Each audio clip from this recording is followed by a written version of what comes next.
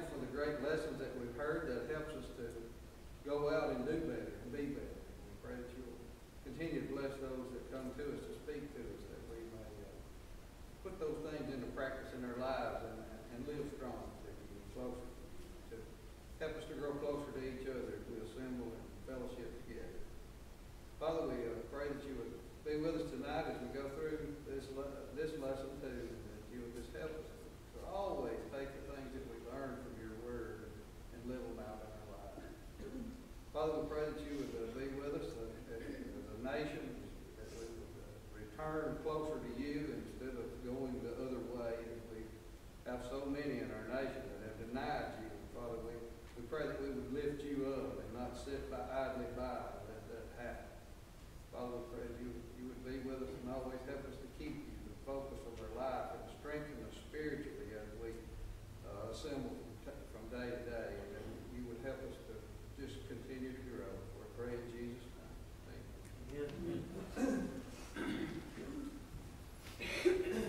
Amen. Okay. Thank you, Justin, for that introduction. Glad to be here. I appreciate another invite to come back. I know that last time I was with you was when you were in the old building, however long ago that was, and what a beautiful new building you have here. I'm sure you're enjoying the facilities, and hear so many good things about the church over here at Golden Crossroads. The topic that's been given to me this evening is deeper through service. And understand, and going back and forth with Justin's email, I can choose whatever passage and whatever direction I like with that. But the passage I've chosen, just thinking about that subject, that title, is Philippians chapter 2. So if you have a Bible, I hope you do, turn with me to Philippians chapter 2. We'll be there in just a moment. And we're going to dive into that text. So there's a story about this woman who was having recurring relationship problems. It seemed that no matter how hard she tried, no matter how much she searched, she could not find a good, godly man to marry. And so it seemed like every month she was going on another first date, but she just found out very soon after this was not the man for her. To make matters even worse, this is something that she prayed about on a daily basis. She kept on praying that God would bring her a husband, a good, godly man with whom she could start a family. But again, no luck. Well, finally one day her friend confronted her, and she said to her, you know what, I think the problem here is that you're just being too selfish. All you're praying about is you. It's all about what you want and about the kind of husband that you're looking for. You. Why don't you try praying for someone else for a change? She says, okay, I'll try that. And believe it or not, within a month, she is married to a handsome young man. And so her friend asked her, says, I have to know, what did you do different? She says, I took your advice. I started praying for someone else. She says, okay, well, just out of curiosity, who did you pray for? She said, I prayed for my mother. I prayed that God would bring her a handsome new son-in-law. Okay, maybe the story illustrates just a little bit about our human nature, right? Have you figured out that we're kind of selfish as humans? That it's some sort of innate desire that we have to just look after our own interests and our own wants. Our habit, it seems, is to care more about our own wants, needs, and desires, and less about the wants, needs, and desires of others. We put our desires at the top, I guess naturally, and everyone else's feelings are somewhere beneath that. We all know the Burger King slogan, right? Have it your way. Well, I think there's a reason that slogan has survived for so long. It touches something at our core, something deep. We as people, we like to have it our way. Or I remember the bank billboard that was actually just across the street from the church that I used to preach for. It simply said, the bank on the billboard, it's all about you. That's more than an advertising slogan, isn't it? That's the mindset of our culture that we live in.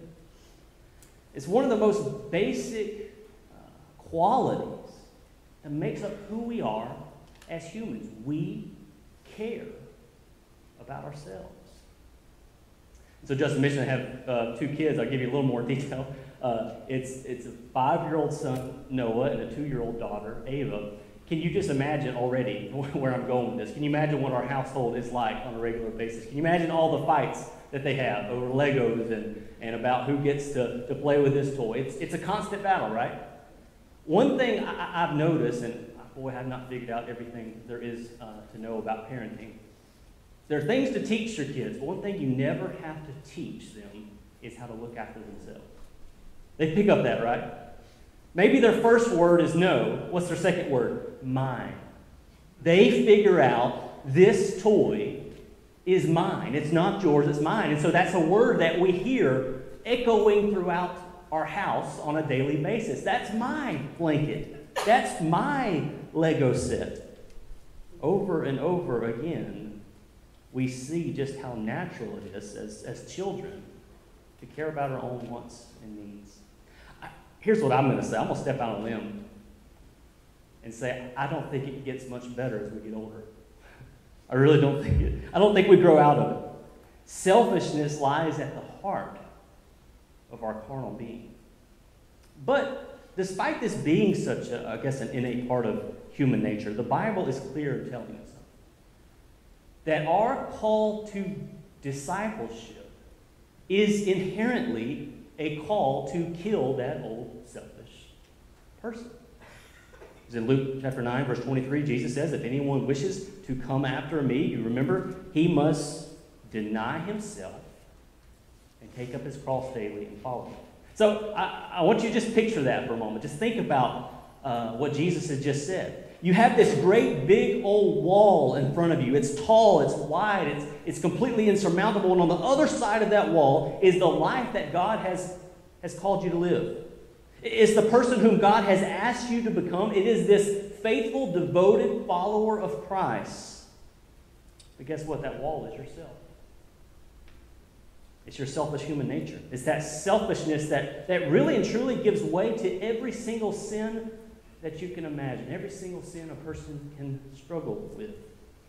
And what Christ calls for you to do and for me to do is not to control it, not to decrease it, but to kill it. Better yet, crucify it. You see, the world says, have it your way.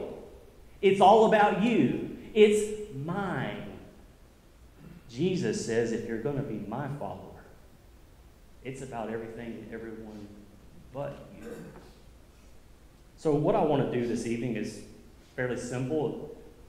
I think it's a straightforward sermon, as I want us to look at a passage that reminds us of this, and I think gives us so much clarity. It's very fundamental. I would say no other passage in the Bible gives us a better understanding of the kind of lives that we are to live in regards to how we treat the people around us than this text. If ever there were a passage that told us how we are to go deeper with God through service, this is it. So again, it's Philippians chapter 2. Part of me wants to read this whole chapter because it just talks so much about how we treat one another. But for the sake of time, we're just going to read a few verses beginning in verse 5. Again, that's Philippians chapter 2, beginning in verse 5. The Apostle Paul says this, have this attitude in yourselves, which is also in Christ Jesus, who, although he existed in the form of God, did not regard equality with God a thing to be grasped, but emptied himself, taking the form of a bondservant and being made in the likeness of men, being found in appearance as a man, he humbled himself by becoming obedient to the point of death, even death on the cross. Okay, so Paul lifts up an example here. He lifts up a person who says, this is going to be my illustration, and it's the perfect illustration. It's the perfect example. It's Jesus. I think it would be quite an understatement when we talk about serving others, when we talk about being selfless. I think it would be an understatement to say that Jesus was a selfless person. He is, without a doubt, the most selfless person to have ever walked on this planet. I mean, here's this man who was God incarnate. He's God in the flesh. He leaves all of the comforts of his heavenly home in order to live this humble life of service on earth. Now, if you believe the same thing that I believe about Jesus, that he is the King of Kings, well, he had every right to call upon people to serve him. You know, he could have had his disciples running all over, waiting on him hand and foot, making sure he has everything that he wants.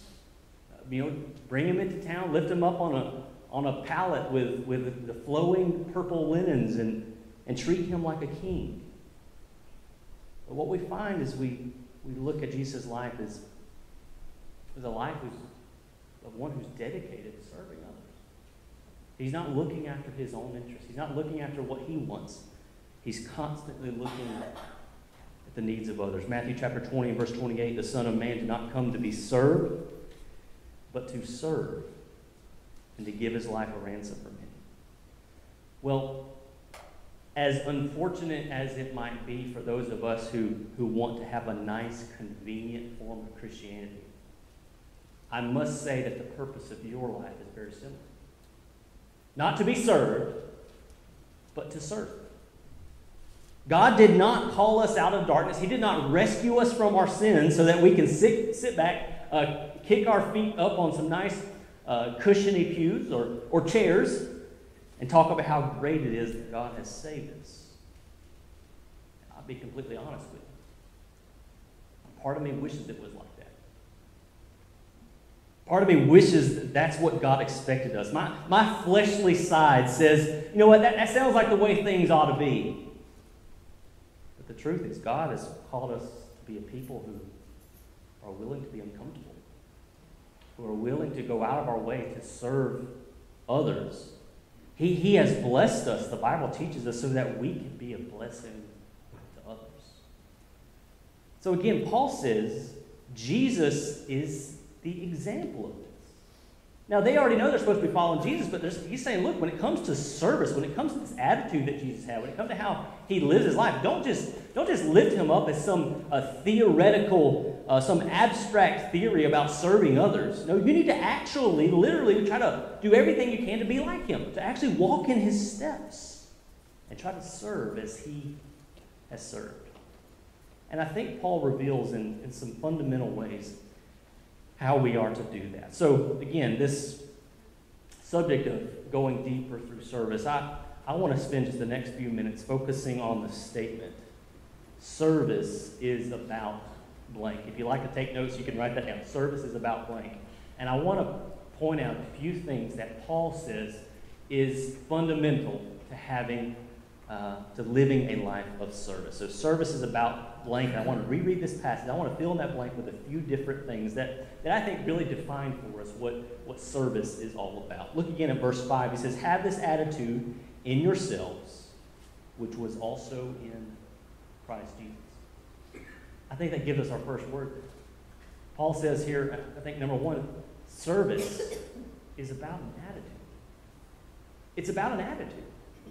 When we think about Jesus, there are so many things. We could go around the room. We could list all of these things that distinguishes Jesus from the common man, right? Imagine the power of being able to say, oh, you can't see. Let me fix that for you. And to be able to give sight to the blind man or to cause the lame man to walk. Jesus could do so many things. He could see inside people's hearts. He had the power to forgive sins. All these things that you and I can't do. But we got to remember something. This is critical. When it comes to what made Jesus who he was in regards to service, it was nothing really that special or miraculous. It was just an attitude that he had. Instead of calling upon people to serve him, which again he had every right to do, he had a different kind of attitude, the attitude that says, I'm going to lower myself. I'm going to serve others. And when it comes to our lives today, let me assure you something. It really doesn't take a whole lot to be a servant in terms of theology or figuring it out. I mean, you can only dive into the depths of the philosophy behind that for so long. I mean, you just do it, right? It doesn't take a whole lot to be a servant. You don't have to have everything that Jesus had. You don't have to be able to heal sicknesses or cast out demons. You don't need to be able to preach a sermon that draws 5,000 people. All you really need is a certain kind of attitude. Now, I want you to follow along with me on this one. This is important. Because I think if that's true, then maybe the reverse is also true. In other words, if a certain attitude is the fundamental ingredient we need to be a servant, then I have to wonder if the times when we failed to be the servant that we should have been, we probably didn't have the attitude that we should have had. Now, I don't know about everything that goes on in this church. Just didn't tell me to come preach a sermon that steps on everybody's toes over here, but I have a feeling we probably need some work done at this church in terms of getting people to have the right attitude towards service at times. I just have a feeling, okay? He hasn't told me anything, I promise. You know, Bible class teachers. I don't know if I've ever been to a church. I've ever preached for a church or visited a church where they say, you know what? We're all full here. We don't need any more Bible class teachers. We've got a waiting list. You're going to have to go ahead and get in line.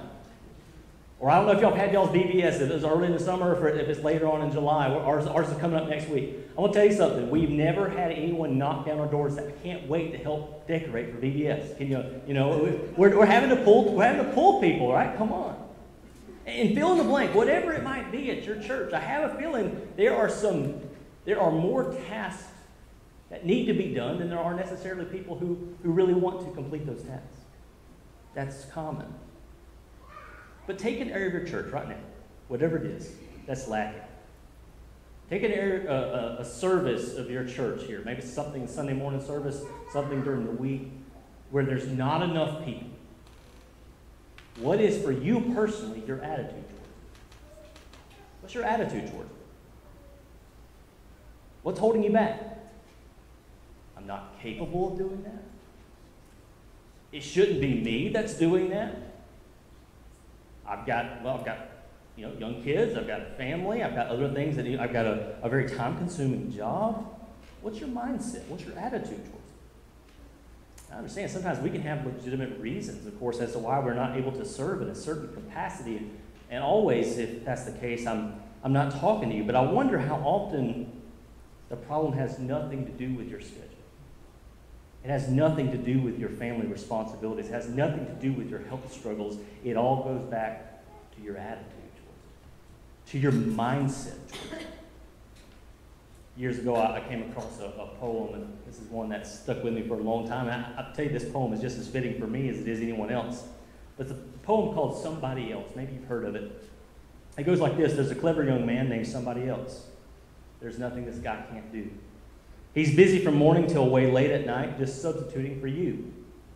You're asked to do this, you're asked to do that, and what is your ready reply? Get somebody else to do that job. He'll do it much better than I. So much to do in this weird old world, so much and workers so few, and somebody else, all weary and worn, is still substituting for you. The next time you're asked to do something worthwhile, just give this ready reply. If somebody else can give time and support, my goodness, so can I. You see, it can be so easy for us to have the attitude that this guy named Somebody Else does it perfectly. But I wonder if there are not certain times when Mr. or Mrs. Somebody Else needs a break. And so, consider that area of service at this church. Consider that area of service where your attitude has been somebody else should do it, and ask yourself, what is it that's keeping you from doing it? I'll tell you, your elders would appreciate that. Amen. Yeah, there we go. And I believe God would appreciate you having that sort of attitude. Something for us all to think about. Continue in verse 6. Again, Philippians 2, verse 6 now. He says, who although he existed in the form of God, did not regard equality with God a thing to be grasped, but emptied himself, taking the form of a bondservant. There's the word. He's a servant. And being made in the likeness of men. So, okay, again, in talking about Jesus, Paul points out that he is the perfect example, and that this time, though, he could have taken advantage of his position. That wording there is kind of different. I'm reading from the New American Standard. I don't know what your translation says, but a thing to be grasped or a thing to be robbed. The idea there in verse 6 is that he could have taken advantage of his position. He could have used his position of power and authority to take advantage of others. I'm equal with God, so I don't have to serve anybody. Paul says Jesus had that license in his pocket the whole time, but he never used it. Instead, he left the comforts of heaven. He took on the likeness of man, and he says, you know what? Don't consider me, too good for anybody. I'll do what needs to be done. He had every reason to boast in himself, but he chose not to. And I think that's where we see number 2. Again, service is about an attitude, but number 2, service is about selflessness. It's about selflessness. Again, as I said earlier, selfishness is such an intrinsic part of who we are. It's hardwired into our thinking, and it can be very, very difficult for us to overcome. This is something we've learned ever since we were children. Do you remember back in elementary school when your teacher taught you, we probably have some elementary school teachers in here, remember when your teacher taught you personal pronouns, right? What are some personal pronouns? We, they, he, she. You've got one pronoun, though, that's special. It's the only one that gets to be capitalized. I. I wonder if there's some sort of illustration there about how we live our lives. You're the special one. You're the one that gets to be capitalized. Lowercase he, lowercase she, lowercase you, but uppercase I. Are we tempted to live with that kind of mantra? It seems to be that that's some of what's happening in the Philippian church.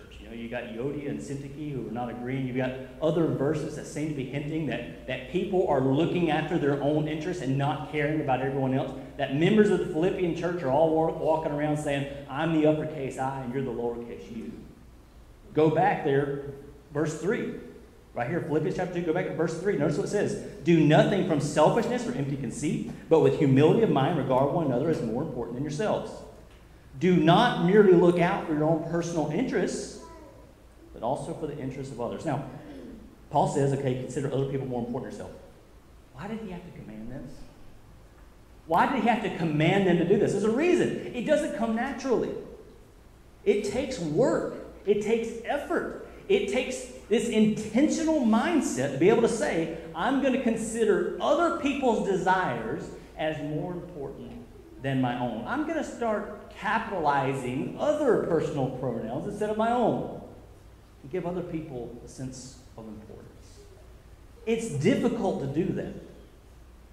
But hear me, church, if you're going to be a servant, you have to. It's a necessity. You remember Dave Thomas, founder of Wendy's restaurants? Well, we call it fast food, okay? It's Wendy's fast food. He was very different than most other CEOs, most other billionaires. You see, what was different, first off, he was one who loved, as the founder of Wendy's, he loved to be in the commercials. Maybe you've seen some of those commercials years ago. You could probably find some of those on YouTube, some old commercials of Dave Thomas. But he loved to be in the commercials. He loved to be in with his employees and with the customers, even though he was, again, this very wealthy man. The thing that was different about him is that he was a servant. He was a billionaire, but there was no job too small or too demeaning for him. Every year, Wendy's would put out their annual corporate annual report, which was, not unlike any other, public company. It's kind of a summary of everything that's happened over the past year in this report. Shows, hey, this is how many new locations we added. This is our plans for expansion. This is how much profit we made in the past year. And in most annual reports, if you've ever seen one, there's going to be some sort of letter from the CEO, and there's going to be a picture of him at the bottom. He's got the slick back hair. He's got this $3,000 suit on. He's got his nice Coco Bolo desk, and he's showing you he really knows how to spend that nice big old salary. That's the way a CEO is supposed to look. But not Dave. You've probably seen a picture like this before. Dave's CEO picture was always in that short sleeve button-up shirt, standing inside a Wendy's restaurant, holding a mop with a mop bucket in front of him. And for those who knew Dave, they knew this wasn't a show. This is how he lived. He served any way he could. Even though he was such a wealthy man, he was not too big to mop floors. He did it often. And he did his best to pass on this attitude to all of his employees. And so over the course of his life, Dave wrote a few books. I would recommend them. And one of them, he talks about service. He talks about what he wants from his employees at his chains. And one thing that he said is that he wants every single one of his employees to get their MBA. Now, he's not talking about your master's in business administration. This is fast food. No, he wants to get their MBA, what he calls the mop bucket attitude. The attitude that says there is no job that is too small or too humble for me. You tell me what needs to be done, and I'll do it. I'm not going to wait on someone else. I'm going to do it myself. That's the MBA. That's the mop bucket attitude. I got to wonder, as you think about Dave's view on things, how many people in the church, how many people have been a part of this church for years? They still haven't gotten their MBA. What is it that you could do at this church, in this community, that maybe you might say at first, that's not me, because it makes you uncomfortable, but you have the talents, the skills necessary to do it? Tell you, growing up, my absolute biggest fear was public speaking. I hated it. It's just the thought of it. I still have resentment towards my mom for signing me up for last leaders in 5th grade, okay? I was terrified. But here's what I've learned, and maybe you have as well: serving in any capacity, whether it's Sunday morning or in front of a big crowd or in front of no one, any sort of serving is supposed to make you a little uncomfortable. It's supposed to be. That's why it's service. That's why sometimes it's hard to find people to do it, because it's supposed to be a little uncomfortable. And so I always appreciate when I see some young men in our church, and I'm sure you have this church, maybe you come up to a scripture reading or a prayer, and you see those knees shaking, and you see how uncomfortable they are. But they're doing it because it's not about them. And again, of course, the perfect illustration is Jesus. I truly believe Jesus didn't necessarily want to come to this earth. Now, I know that goes against the American Christian culture that says he was just so in love with us, he had to come and save us. I don't think that's the case. I don't think Jesus really deep down wanted to do it. He didn't want to die on the cross for our sins. I can at least promise you he didn't get any personal gratification out of it. But Jesus wasn't thinking about what he wanted. And Paul's point in this text is, neither should you. Finally, verse 8. He says he's being found in the appearance as a man. He humbled himself by becoming obedient to the point of death, even death on a cross. And so this is where we see the ultimate. I mean, this is the culmination of Jesus' life of service. This life of denying himself. He died, and again, not for him, for us, in the most shameful, despicable way, even death on a cross. And it's where we find a third piece of the puzzle. It's ultimately in how Jesus lived his life, but especially even in how he died. And that's number 3, service is about humility. Service is about humility. You see, it doesn't matter if we're talking about the service of the 1st century or the service of the 21st century. The biggest obstacle that you and I face when it comes to service is pride. It's that mindset that says, I would do the job, but it's just a little beneath my pay scale. I'm just a little too big for such a small job like that. You see, that's the kind of attitude that was never found in Jesus. He had more reason to boast than anyone he came in contact with, but he lowered himself in order to help others, and he lowered himself, Paul says, in the ultimate way, even death on a cross. He had the heart of humility. So there's a story that dates back to the American Revolution. There was this barrier in the camp. There was this retaining wall, a defensive barrier, and a small battalion of American soldiers were trying to repair it to get ready for a future battle. And off to the side was a man on his horse. And if you can picture, there he was with his arms crossed on top of his horse and just barking orders at all the soldiers. Do this here, take this, pull that over there. making no attempt himself to help the soldiers.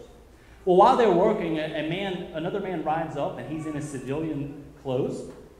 And he says to the man on the horse, "Why are you not helping these men fix this barrier?" He said, "Sir, I am a corporal." And he said, "Oh, I'm sorry." And he got down off his horse, and he went and helped the soldiers. And when they were done, the civilian then gets back on his horse, and he says to the corporal, "Mr. Corporal, next time you have a job like this and you don't have enough men to do it, go to your commander-in-chief, and I will come and help you again." And the man on the horse was George Washington. The corporal didn't recognize him because he wasn't in uniform. Now, I don't know if that's a true story. Maybe George and the cherry tree, okay? But I think the point has been illustrated. In order to serve, sometimes you've got to get off the horse. You have to humble yourself. You have to say, "I'm not better than anyone else. I don't have some sort of rank in the church that means I'm exempt from jobs like this. So why don't I do the job that needs to be done myself?" So, as we bring this to a close, I want this to be as personal and as practical as possible. Again, it wasn't my intention to come over here and step on everyone's toes, but hey, the topic kind of made me do it. But I guess the question is what is it that's keeping you from being the servant that you should be? Again, the standard that we're measured against, according to Paul, is not the person sitting beside you. It's not the person sitting in front of you. The measuring stick here is Jesus. You're supposed to have the attitude that he had. You're supposed to live as much as possible the way that he lived. What's keeping you from doing that? What is your mindset? What is it about your mindset that's keeping you from being the servant that you should be? And again, just to be as practical as possible, could you think this evening of one thing in this church that needs to be done, one thing in the lives of the people around you that needs to be done? God has given you the ability to do it, but for some reason you've been calling on someone else. Would you pray with me? God, we thank you for the perfect example that has been set by Jesus. Perfect in every way, that while he is equal with you, he came to this earth to be a humble servant. God, help us to have that sort of attitude. Help us to have the attitude that will cause us to look past ourselves, to look past our own pride, and to affect change and positive impact in the world around us. It is in Christ's name we pray. Amen. This time we're going to have an invitation. Of course, the invitation is always open, but in a more formal setting like this, we are going to sing a song, Understand, and this is an opportunity, if you haven't been living the life that you know that you should be living. I know that your elders are here to pray with you in whatever need that you might have. It could even be that you would like to become a child of God this morning. One of the things we see jumping out of this passage here in Philippians chapter 2 is that we need to be like Christ. And one of the simplest and most fundamental ways to do that is to try to follow him morally, to actually follow him into even the waters of baptism and try to live as he has lived. It could even be that you would like to make that commitment to do that this evening. We can help you anyway. Won't you come now? I know